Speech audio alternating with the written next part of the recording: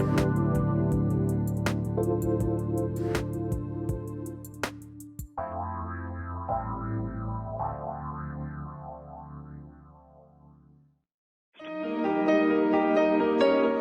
to the Dr. Pat Show. Talk radio to thrive by. Powerful, inspiring, and coming to you live, bringing you stories of people like you and me, busting through and living life full out. Get ready to dare to wonder what your life would be like if you knew you could not fail.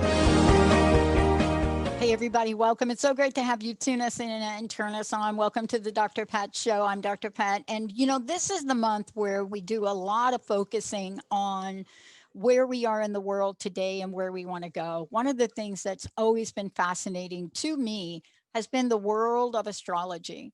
And, you know, I don't know why I think it's so fascinating to me. It's probably because I know very little about it, but I'm intrigued. And, you know, it's ancient. It's, you know, when we think about this, we think about what did we see when we looked up to the map of our stars? You know, how did we interpret this very, very early on, like thousands of years ago? What would it have been like to look up and then have a sense of how things changed or what we saw and what moved? But today, write your own horoscope, follow the stars, design your destiny, with my very special guest today, Jane Struthers, joining me here today. Bestselling author, consultant astrologer. She teaches people not only how to interpret the birth chart, we're going to talk about that today, which is a snapshot. And you've heard a couple of people come on and take a look at my birth chart and listen to what they had to say about that and about the year ahead. So there's that information. I'm still trying to tease through what all of that means. But Jane teaches you how to look into your future on the planets, making contact, and looking at how these positions relate to each other. You know, when you look at the beauty of astrology, and it's almost like a work of art when you see it, for the first time when you see a chart and you look at the connections, and then you get to know a little bit more about them. It's absolutely phenomenal what you can learn. But that's why we need people like Jane, because it's not just a simple, what's my day going to be like? It's how do we interpret all of the moving parts? We've done several shows about, yes, Jupiter and Saturn. We've talked about the age of Aquarius, but the question really becomes, can you write your own astrology? Can you learn to follow the stars? How do you design your destiny? That's what we're talking about today. Jane, it's great to have you. Thank you very much. It's great to be here. I am one of these people that from an early age got really fascinated by moving parts, planets, signs. I'm also one of these people that is not an expert. I go to other people and I say, this is my birth chart. What's the solar return? What's the year going to look like? You know, what are some of the things you see? And I learned something else. I learned the term esoteric. And when I heard that esoteric astrology, oh, what does that mean? It opens up a whole new world. Thank you for joining us. Congratulations on your book. Thank you. Right? Congratulations for literally writing a book that really taps into everything we think but are afraid to say, right, about astrology. Welcome to the show. It's great to have you here. Thank you very much. Thank you. Great start to the new year. Start the new year. And for you, look at you smiling. See, every person I've had on that talks about astrology, they are so smiley. And I think they're just like, oh, I got some information. But, you know, like me and my strange attraction to astrology, and I consider it strange, really, you're different. You tapped into this. And it became more than an attraction for you. This is a passion and a purpose for you. I want to ask you this. What the heck fills you up, Jane, when you're thinking about this? Because look at you. You're the happiest person I've had on this year. I love the way astrology offers us so many, as you were saying, really, so many glimpses into how we are. And it is like a roadmap of ourselves. Your birth chart is a roadmap of who you are, of your potential as well, because none of us expresses our chart fully. We couldn't possibly, because it has so much scope, not only in positive ways, but some quite difficult ways as well. And it's just wonderful to be able to work with people and give them this view into themselves. And that is one of the things that I really love. And I love writing about astrology as well. I mean, I love writing. I've written over 30 books. So there's a bit of a clue there. But, it's just brilliant being able to explain things and have a bit of fun with it and give explanations, give examples, and just really set people's imaginations on fire. And I think that's really part of my fascination. But the book, this particular book, and let me acknowledge all of the books you've written, maybe you'll inspire me to do a little writing, but this book in particular, I found fascinating because not only of the way that you've written the book, the visual effects, the diagrams in the book, the explanations in the book, the charts in the book. You could tell I'm a visual learner, right? Yeah. And the minute I laid my eyes on this, I just thought, wow, this is going to be cool. But you also take us on a step by step. And what's interesting about this, the minute I turned to the opening page, and then the second page, I was fascinated by the artistry of this. Now, I wouldn't guess what sign you were. But I know for somebody like me, this was music to my ears. Tell me about the format of the book, because I've seen a lot of books on astrology. I've seen a lot of books on how to do astrology, but I've never seen a book like this, which is so many key learning points and visualizations. Why was that important to you? Oh, well, thank you so much for that. That's wonderful. Well, it was important to me. I wanted to cram in as much information as possible. And, when you're writing a book, the publisher says you've got the set number of pages, a set number of words. You can't go over it because otherwise they'll just be cut. And I work as an editor as well as a writer, so I can see it from both sides. And when I started writing Write Your Own Horoscope, I started writing it as text, as running text. And after about half an hour, I thought, well, this isn't going to work because I'm going to take up all the space and I won't have said much. So I thought, well, the only thing to do then is to have diagrams, have bullet points, have tables, so that for a start, I can cram in a lot more information and it's easy to look at for the reader. And also, it makes the book look much more exciting because it's not just page after page of text, solid text. Yeah. So that was why it looks the way it does. And you know what I really love about it? You come out of the gate and you start to talk about the nuts and bolts of astrology. And I want to start there with you in talking about the nuts and bolts of astrology, because I think that these folks that looked to the stars thousands and thousands of years ago had a view of what the meaning was. But in astrology, there are some basic things. A lot of us really know maybe one or two things, right? I know I am a Sagittarius, but I know that I've got a ton of Capricorn, including my moon. I know those things. I know when I get my birth chart, and you look at it and you say, where is the air? There's no air. Or you look at your solar return and you see a lot of things on it, right? You try to tease that apart. But we have to have sort of the nuts and bolts and where it all begins. Let's talk about that for a moment. Mm-hmm. Okay. Well, it's very important, I think, to understand the basics. And I taught myself astrology when I was in my teens, and I used a book. And in those days, there was no such thing as the internet. There was no such thing as a personal computer. And I calculated a chart. It would take me 4 hours to calculate a chart by hand using logarithm tables and everything. And if you got an initial calculation wrong, the whole thing was wrong, but you wouldn't know it. And these days, I mean, it's, as I say in the book, it's very, you can just go online and get a free birth chart.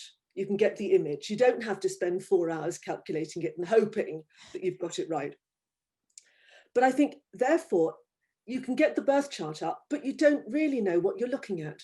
So that's why I wanted to explain everything at the start of the book about what the chart represents, because I think if you can get a sense of, say, the 12 houses of in the chart and what each one means, then the whole thing starts to come alive. So that's why I wanted to put in the nuts and bolts. And also, you have the sun in Sagittarius, I've got Sagittarius rising, and I've got a very strong Jupiter.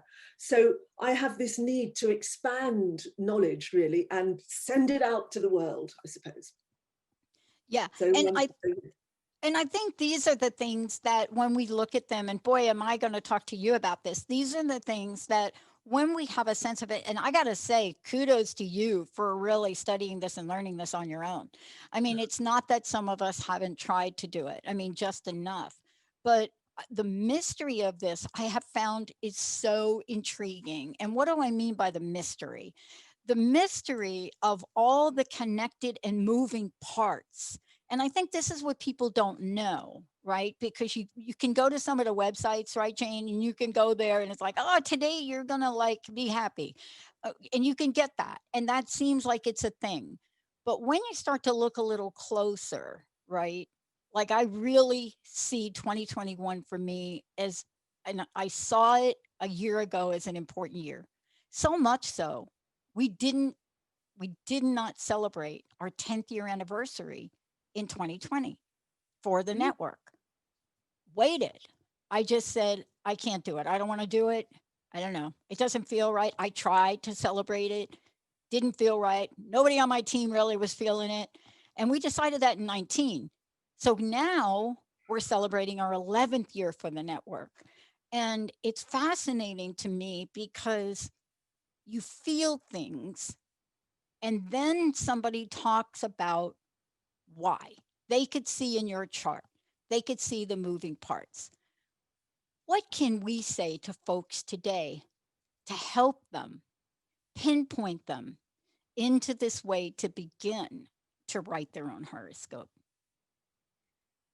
Well, other than buy my book. Yeah, no, the book is that goes without saying. Yeah. Just start and just take your own time with it. You don't have to learn it all at once. Because there's a lot of information, even in this book, which is it's designed for beginners, really. And even in that book, there is an enormous amount to absorb, and there's a lot to put together. Because one of the things that can really confuse astrologers, even accomplished astrologers who've been doing it for years and years, is when you get a birth chart that's got contradictions in it. And actually, as Walt Whitman says, we've all got contradictions. Yes. But it can be very difficult, particularly when you're starting. And you, for instance, read that you've got the sun in Cancer, and you read that makes you a homebody, a great need to create your own family, to create this emotional security around yourself. And then you read that you've got the moon in Aquarius. The moon in Aquarius is the complete reverse.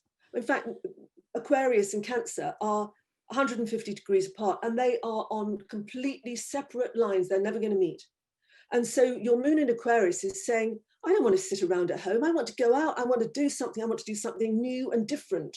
And Sun in Cancer is saying, but I've just lit the fire and I've just made a lovely supper and we can't go. I just can't go out. So you've got all these contradictions. And very often, I think, when people are just learning astrology, they read that and they think, I can't cope with this. It's too complex.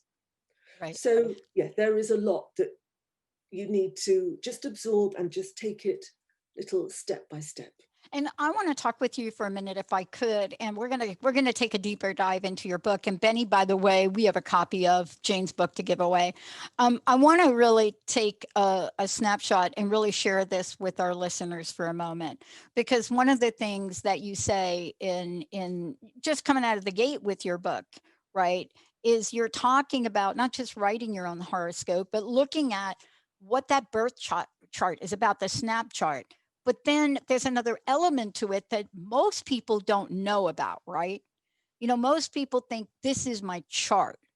But how does that chart look in 2021? Now I don't live in the city I was born in. I'm in Seattle or Bothell, or I'm completely different coast. And what is my chart going to start to look like as we roll into 2021? Some people call it solar return, some people call it transits, whatever it is. Can you talk about the difference for people? Because a lot of folks don't know there is a difference. Well, the thing is, obviously you're born with a particular chart, and that's set for you wherever you landed on Earth. Yeah, you can't change it. You can't change it. Believe me, I've tried. Yeah. It's, as you know, I'm sure it's called relocation. You can reset the chart for where you would like to live in the world. There are all kinds of ways of playing games with astrology, but essentially you are who you are, and you are the person that you are because of where you were born and when you were born. But yes, as you say, you can relocate, you can live somewhere else, and therefore, have you got a different chart? Well, no, you've still got the same chart. But if you are going to do a chart for a solar return, which for anybody who doesn't know what that is a chart for your birthday. It's when the sun returns to its exact position, its exact degree and sign that it occupied when you were born. And it's always going to be slightly different. It's never going to be the same time as your birth date. Sometimes it's not even the same day, because the sun does not chug into each degree at the same time every year. So you've got, now I've interrupted myself. I'm trying to think. No, but what you're talking about is something that most people don't know. You know, they don't know we go through this cycle, as you're saying. And, you know, it's not like you discount your birth chart. It's not like birth chart's and you throw it away. No, but then we're now in a new year. You may be in a new place. The question is, how does it look now? How does it look where I am today in my life, in the year I'm in my life, where the planets are in my life, where the signs are, where the houses are? How does that look today? And I think most people are surprised that it doesn't look like your birth chart. No, well, you see, exactly, because you've got your birth chart fixed, and then you've got all the planets going around the outside of it all the time, a bit like a fairground wheel, really. Yeah. And then every now and then, a planet that's transiting, as you mentioned earlier, it's called transiting. It's going around your chart in real time, and it will make a contact with a bit of your chart, whether it's a planet or an angle, and it's I always think of it as though it lights up. That bit of the chart lights up, and it's activated. And any planets that particular, say that we've got Pluto currently in the sky, and it contacts your natal Venus, the Venus you've got in your birth chart. Yeah. And say Venus is in Capricorn at the moment. Pluto is at 26 Capricorn. Yeah. And so something like that. And so there is Pluto. It comes along and he lands straight on your Venus. Ding! And Venus lights up. Actually, for a Pluto contact with Venus, it might not exactly light up. It might kind of shake a bit and pulsate. And then any other planets that are in contact with your Venus in your chart are also going to light up. And they're all activated. And you might think, for instance, wow, I used to have a terrible problem with jealousy and wanting to control the people I love. And I've spent thousands of dollars getting that fixed. And here it is again. And I'm going to ask for a refund. And actually, it's because that innate tendency of yours has been triggered by Pluto. Pluto represents many things, but including controlling, wanting to really delve deep into things. Pluto and Venus, for instance, is a very powerfully emotional aspect. And it's all about what's really important to you. Then it becomes even more important. So yes, as you were saying, the old birth chart, it stays the same. If you move to a different place and you are going to have your birthday. This is what I was talking about earlier. And it's called your solar return, when the sun returns to where it was when you were born. Well, actually, if you've moved far enough away, your new chart for where you live now is going to look a bit different. And there is a big question in astrology, which has never been answered. It's all about personal preference. Do you set the chart for where you were born or where you live now? And you probably know this, some people actually, if they know a bit about astrology and they look at their solar return coming up and it's a Lulu, it's really horrible. And they think, okay, well, it's not good there. It's not good where I live. Well, I wonder what it looks like if I went to Australia. So they set the chart for Australia. Hey, that's much better. And so they go to Australia, if they've got the money and the means. Exactly. The opportunity. But actually, and they think they've somehow cheated whatever was looming coming up for them. Actually, I don't think we have, because we're going to experience it somehow or other. If astrology is bringing us some difficult experience, we are not going to dodge it by blowing out our birthday candles in a different city. We're still going to have to face that somehow or other. Yeah. And this is really, I think that when we're looking at this is all part of what you're covering in your book.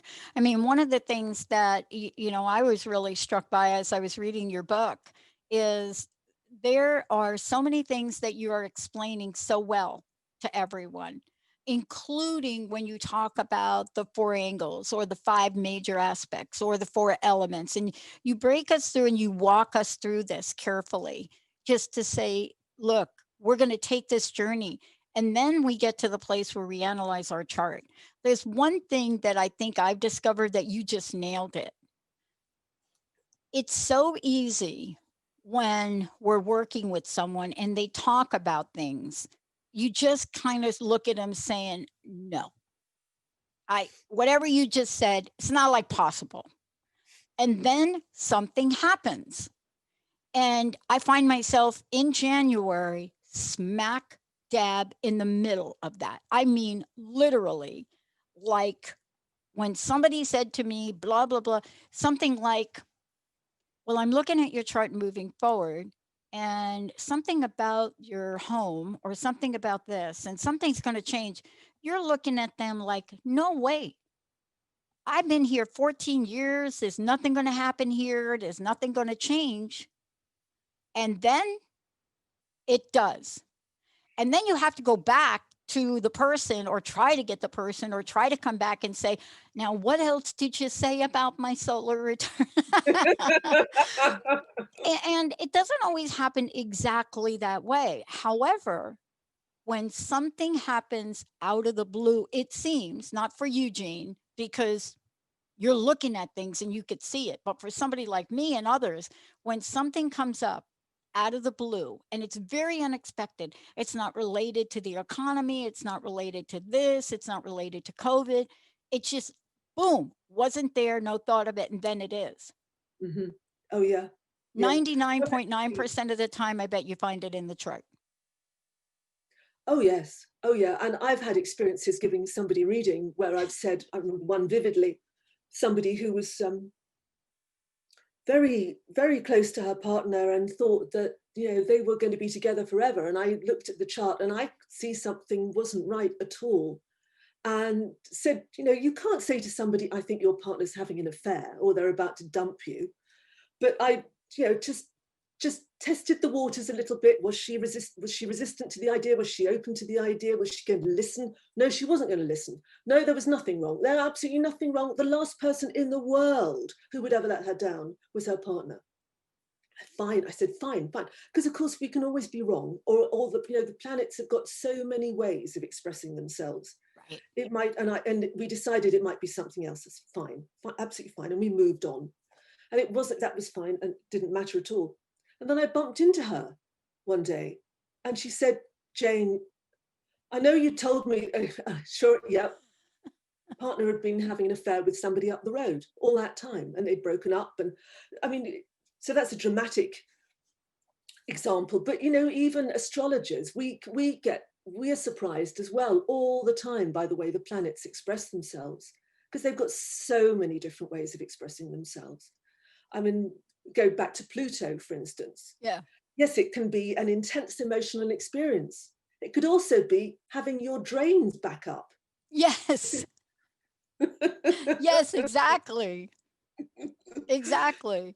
And when we come back from break, we're going to really go through this and go through your book. And Benny, as I said before, we have a copy of Jane's book. For those of you just tuning in, and by the way, if you have questions for Jane, come on and get them out here. 1-800-930-2819. If you have your chart in front of you and you're thinking, I've got this in my 10th house, and I'm not 100% sure of what's going on in the 10th chart, 10th house, you might want to get some insight. The other thing is, if you're like me and it appears that you've never had activity in your 12th house and all of a sudden you got like a party going on there, you think, what does all that mean? This is the day for you to ask that question. And we've got a copy of Jane's book. When we come back, we're going to talk about not just lions and tigers and bears, but we're going to talk about the wisdom.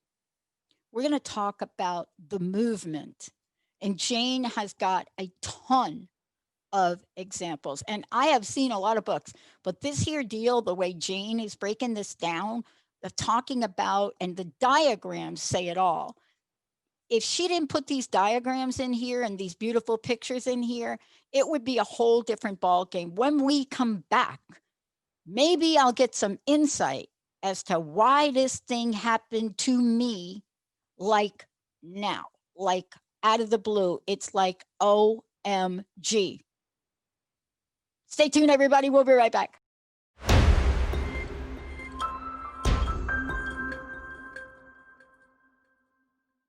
Hey, everybody, welcome back. And those of you that are listening through the live stream on one of our networks, you got to hear Jane and I chit-chatting about a few things about my chart. And she just shared a couple of interesting things for me. First of all, there is so many cool things to really look at in this book and understand. And one of the things, Jane, you shared with me is about my knees, and we'll get to that in a minute. But before we go to dive in deeper into this, how do people get the book, number one, and how do they find out more about you, everything in all the books you've written, you little writing machine? How do they do all of that? Well, the book is going to be published on, I think it's the 23rd of February in the States. There were various distribution problems because of you know what. Yeah, of course. And it's published on the 26th of January in the UK. And I just go to your nearest bookseller, preferably, an independent one if you have one. And it's available on Amazon, and it's available on every other internet bookselling website as well. There are a lot of reasons why people get passionate about what they do. I've been asked a million times, Pat, you're 16 years now doing your show. It's as if you're just starting out. I am still curious. I am such a student of everybody I speak with. I'm such a student and so curious.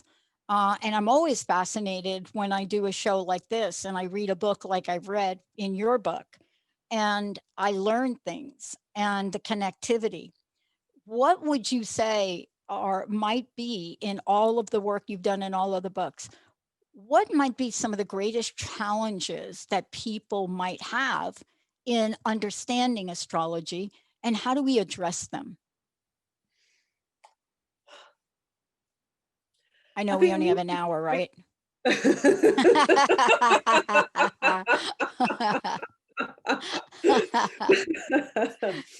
I think one of the great challenges is that it can be, as I was saying earlier, it can be very complicated, or it seems to be very complicated when you start.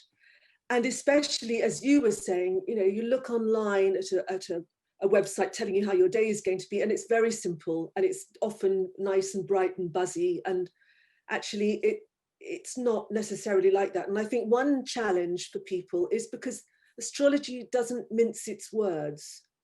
if you're going to look at your own chart, or you go to see an astrologer face to face, you are inevitably going to hit some difficult bits. You're going to talk about the past. You might be uncovering areas of your chart which represent areas of you that you don't really want to think about. Your filthy temper, for instance, or your difficult upbringing, or that boyfriend who was just nightmarish, or your tendency to lend people money and never get it back. Whatever it is that you consider to be a bit of an Achilles heel, that is probably going to come up, and that can also be a challenge, because it may well be something you do not want to look at.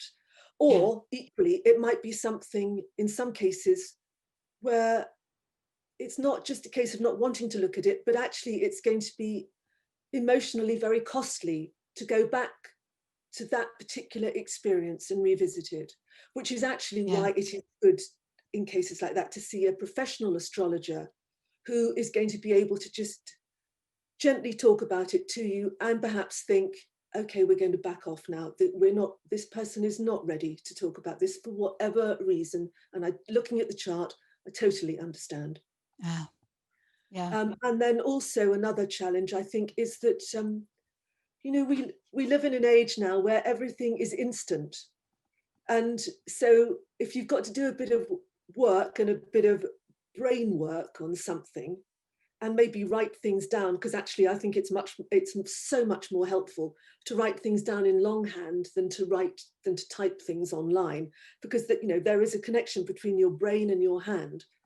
And it just helps things flow, I think. And also it means you're less likely to be distracted by the next email pinging into your inbox. And so I think there is also that, there is that, oh, I haven't got very far yet. I'm only at the sun, and I've still got another 9 planets to work through. And I think actually I'm going to go and have a cup of tea. And so that, I think, can be another challenge. I think what you're saying is so true. I'm very fortunate. I have a best friend. My best friend's here. She's been my caregiver through my knee surgery. And for those of you that are texting me right now, you saw me on my phone. I'm really okay. My knee replacement, my gosh, I got a brand new bionic knee. So please, thank you for all your concern, and certainly thank you for your prayers. And I think, Mary, you're the one sending me Reiki, but I guarantee you there's a whole lot of other people. And it's because of you that everybody is in awe of how well I'm doing.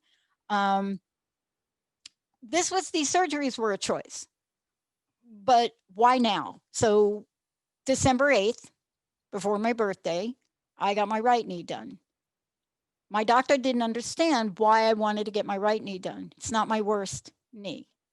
But I said, I got to get my right knee done. And I think that the question I have for you, and boy, we could spend a half a day going through this beautiful book.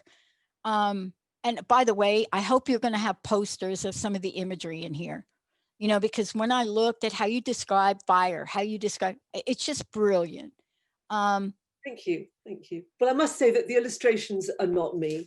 Well, they're not you, but it's your book, and somehow you're in the mix somewhere in there of the book. I know that.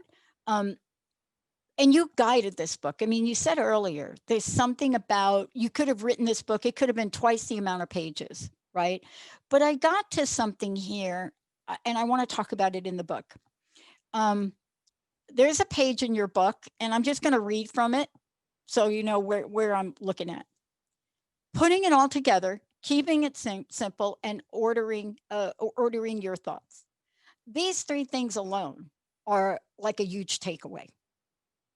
So if we look at these 3 things, just the way you've said them, and we sort of look at what we've learned before this page, it helps us look at something that could be quite chaotic, right? In an orderly way. Now, for my best friend, Linda, who's in the other room, who is like birth chart triple Virgo or something, this page hit a chord. The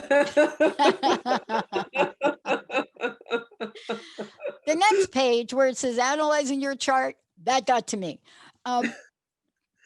But in this approach that you take, can you talk to one of, I think, the greatest, how should I say it, teachings of this? And that is in the interpretation. You talked about it a little bit. I'm going to have to call you just to see where this big change in my life may have shown up on my chart, which I didn't probably understand. But can we talk about interpretation for a minute? Because I think people get really hung up. Mhm. Like they'll say something like cusp and they'll get hung up and there'll be an interpretation.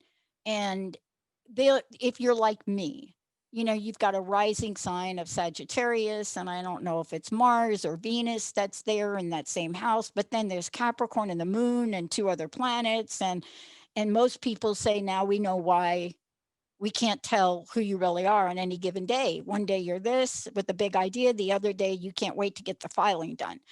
But this is the interpretation part I'd like you to talk to. Mhm. Well, it is, as you say, it is complicated, and we are all made up of different things, and which is what makes us so interesting. And also, I think, which is why astrology itself is so interesting, because it reveals all that. And so when you come to interpret it, I think, as I said, as you quoted, just take it step by step, really. Don't, if you look at the whole thing at once, you really will just shut the book up and think, I can't do this. So you just start at the beginning. Start with the sun. It's your essential self. And it's interesting, when you meet somebody for the first time, the bit you are likely to see is not their sun, it's going to be their ascendant. Yes. And sorry? I'm a Taurus. I'm Taurus. Okay, What is it? Taurus rising. Ascendant means your rising sign. Is that the that's deal? right. The Yeah, language? yeah, I'm a Taurus rising. right. Well, you see, I'm just looking at you now, and I'm looking at your pale blue polo neck jumper, and it looks very soft and it's very pretty. That's very Taurus.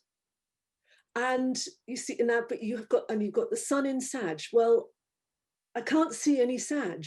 Right. And it's so interesting because we all think that we are just our suns, especially if you read sun sign astrology, or what's often called star sign astrology. But the sun is not the whole picture at all. It's just one little bit. And as I said, when you first meet somebody, you're more likely to see their ascendant than their sun sign. Our sun signs are actually bits that we tend to put to one side, and Mhm. especially if it's in a hidden part of your chart. And so so you start with the sun when you're interpreting your chart, because that's where you start. It's always number one. And just go through it. Just look at, you've got the sun in Sagittarius. Okay, so then you look in the book and you write down sun in Sagittarius. Interested in ideas, exploration, a need for freedom, independence, a great thirst for knowledge, expansion, positive, possible tendency to be clumsy. Oh, totally. Sometimes Sagittarians have got foot in mouth disease. Eh, As Sagittarius rising, I certainly have. I open my mouth and put my foot straight in it. And so you just go through that, and then you look, whereabouts in the chart is it? Is in the third house. Ah, okay. So what's that? Oh, that's all about communication. So now oh yes, that fits. You think, oh yeah, that's good. I like that. So you've got this expansive personality, and there they are communicating. So you write that down. Okay, yeah, you think, yes, I can see that about myself. Yes, people do tell me I talk a lot, for instance, or I love going on short journeys. I love visiting places. It's very Sagittarius. Great. So you look at that, you look at the aspects that the sun makes to other planets. Okay, yep, great, good. Oh, you think, oh, that's interesting. I've got, for instance, the sun conjunct Venus. Oh, that makes me very charming. Well, that's interesting, because actually only the other day, somebody told me I could be quite rude. Well, so you've got to put all these little things together. And also you can think, well, actually, and then you just carry on then with the moon, and just keep going systematically, and do give yourself a break, come back to it. You'll find that as you work on a little bit and then you go off and do something else, it will be whirring away in the back of your mind. And I would say, carry a notebook with you and jot down the ideas, because I have learned from bitter experience that no, you don't remember them. You might think they're so blindingly obvious. Of course, I will remember that flash of brilliant insight. No, it's gone. You just remember that you were chopping potatoes at the time, but you can't remember what it was that you were thinking about. That's totally true. So just be systematic, just piece it together like a jigsaw. You don't have to have the whole picture at once. Just keep putting little bits in and just keep building up a picture. And you'll find that you eventually get there. And then you can look at other books as well. Every astrologer has a different way, a slightly different way of looking at things. So, and also, no book is ever going to be big enough to contain all the information. So we're all selective about what we write about. So you can look in different books. Oh, that's interesting. Look, Sun conjunct Venus, for instance, a very sweet tooth. Oh yeah, I have. So, and so it goes on. So that was what I would say. Just build it up gradually. And I really like that we're talking about that, because I think that if you're listening to this show, right, one of the things that happens to people is there's so much, right? And even if you get sort of the printout, let me just call it for a minute, it's still a bit daunting. And I think what you're talking about, and especially the way that you've prepared and have written the book, right? I think that, you're giving it to us in a way where we can take it a piece at a time, where we could take it a piece at a time. But even after we learn this, we still may want to go to another person. At least this is what I find, because my interpretation of it is going to be so skewed and biased in a lot of ways. But to get an objective look, I also think has been important. What are your thoughts on that? Oh, definitely, you need an objective look, because it's only human nature to look at all the characteristics of your sun or your moon or whatever, and you look at all the nice ones, you think, oh yeah, absolutely, absolutely, and then you read the nasty ones. No, that's wrong. That is wrong. No, that is absolutely not right. And so, you become quite resistant to all that, or you can do. It's very helpful to have an objective viewpoint, and also from somebody else, and then you can discuss it with them. And also they may not put it in completely black and white terms. And so it's then there might be a bit more acceptable, for instance, to understand that, yes, you do have a bit of a fiery temper, and maybe it might be a good idea if you could possibly just pause for a little bit and think before saying that really horrible thing that you are just itching to say. Yeah. Or whatever it is, or go and max out your credit card, and even though you've learned from horrible experience, it's not a good idea. Yeah. And so whatever it is, it can be very helpful to talk about it with somebody else. Yeah. I'm the person that, okay, I was younger then. So let me just put this caveat. People that look at my chart, they say they have some interesting things to say. One of the things they say, you're not really getting older, you're actually getting younger. So there's something in reverse on my chart that I don't see. But the other thing is people look at my chart and say, let me paraphrase. You are way more Sagittarius when you were younger than you are. You're way more Capricorn now. So I don't know what they're looking at, but I am that person. I'm the person that so wanted a pool table, like billiard, right? Shoot pool. Mm-hmm. So wanted a pool table, moved into a house, went and got a pool table. Linda just looked at the room and said, the pool table's not going to fit. I said, the pool table is going to fit. Never measured the room, got the pool table. You could make shots from basically three sides. One side totally couldn't use. Now, I'm not quite like that anymore, but there are different things we can learn. And certainly your book helps us from that. I want to ask you this is, I know we've got about 5 or 6 minutes left. What is your hope for people reading the book? Great question. I think to understand themselves better. I think, it was written above the oracle in ancient Greece, know thyself. And I think it's so important for us all to have some glimmering of understanding about what makes us tick, who we are, all those funny little bits that make up our personalities. I think it's, even if you just want to focus on one planet, I think it's really helpful to look at the moon. And I know the moon is not, strictly speaking, a planet. In astrology, it is a planet, and we know it's actually a satellite of the Earth. But anyway, it's Yeah. just a term. I have been picked up on that many times, so I often give it as a caveat. And if you understand the moon, your moon, because it describes your instincts, it describes your knee-jerk reactions, even if you have spent a lifetime trying to get over those, they still come up, and that's your moon speaking, because you can't change it. And it describes what you like to eat, it describes what makes you feel comfortable, how you like to nurture people, how you like to nurture yourself. And also, because the moon is the fastest moving planetary body, it moves signs every 2.5 days. And so every 2.5 days, you've got a different emotional backdrop because of the moon having changed signs. And sometimes that moon will be compatible with your moon. Sometimes it will be the same sign as your moon, which is a lunar return, as I'm sure you know. Yeah. And then other times it will be at odds with you, and you'll think, I feel out of sorts. I don't understand why, everything's fine, and yet I feel irritable, or I want to just go into a corner and cry. Yep. And also the moon is, I haven't covered it in this book because there is a limit to how much you can talk about. But I have talked about it in another book, Moon Power, about how to use the moon in your daily life and how to make decisions based on the moon's position in the sky at the moment. Days when it's great to buy something, days when it's good to just stay at home, days when it's good to do lots of cleaning, and so on. Yep. But certainly understanding your moon and how it affects you emotionally, and therefore how you react with the rest of the world, is such a valuable thing to do. So yeah. And you're so right about it, because it's interesting how more aware I am of it in relationship to other people.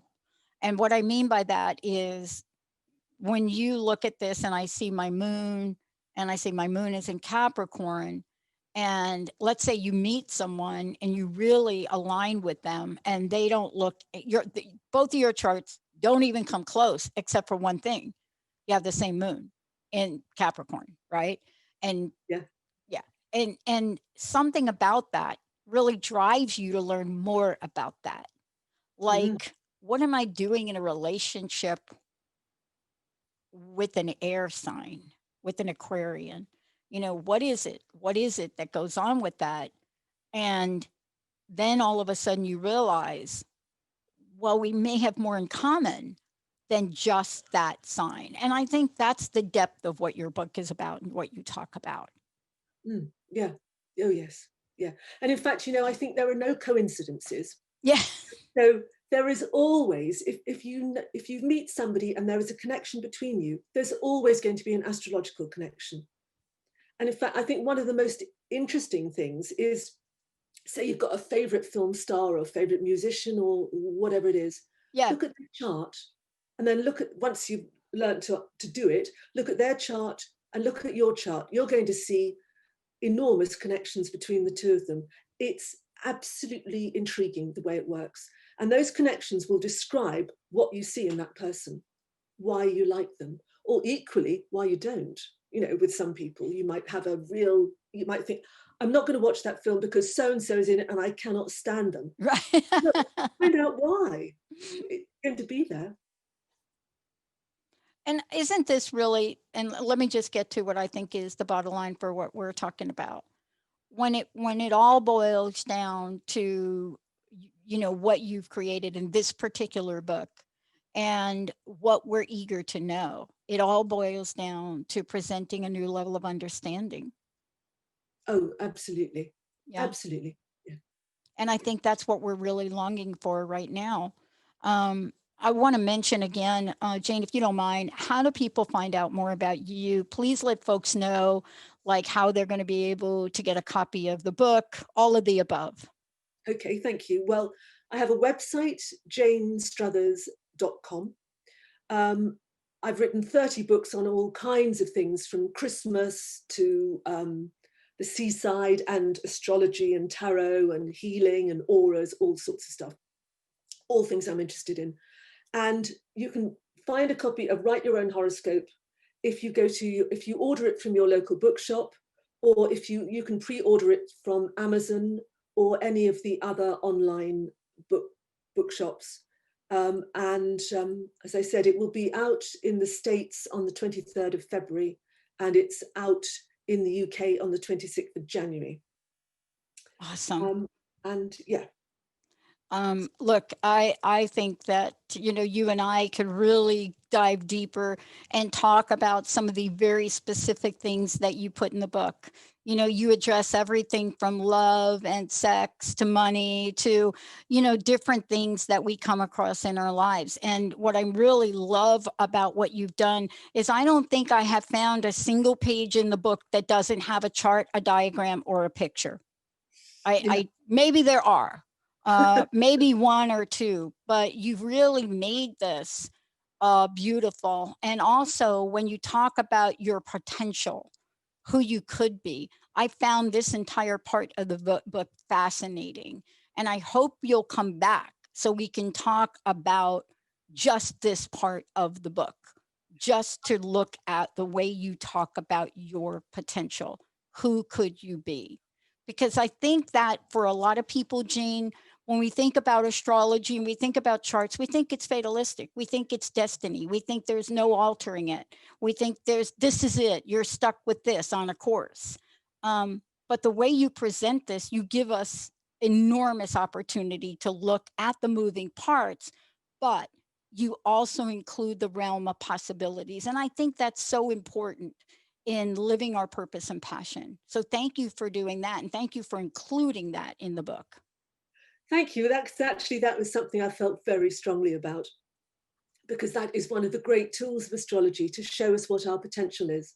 So as I said earlier, we can't live out our whole chart. It's impossible. And it's fascinating to see a different way of living out what you've got, and a different way of expressing it and using it and enjoying it. So thank you very much. I'd love to come back. I hope you will come back, because when I got to the page where you're like literally mapping out 29 years, 36 years, 42. I mean, when I got to that page and I looked at 42 years and Uranus half return, midlife crisis, 42, I lost my job after 24 and a half years. And yet I had to lose my job to get me on a path to go back to school, to move clear across the country, to go to even a higher degree. That had to happen for me to do that, or I'd have stayed in that job, probably retired, and be someplace on the shore of New Jersey right now, which is not a bad. Thank you, Jane. One more time, website, please. JaneStruthers.com. Awesome. Hey, I'm Dr. Pat. We're going to get Jane back. And I think what we're going to do to help all of you out, we're going to let you know in advance so we can get some questions in here in advance. Hey, everybody, stay tuned. Another hour coming up right here on Transformation Talk Radio.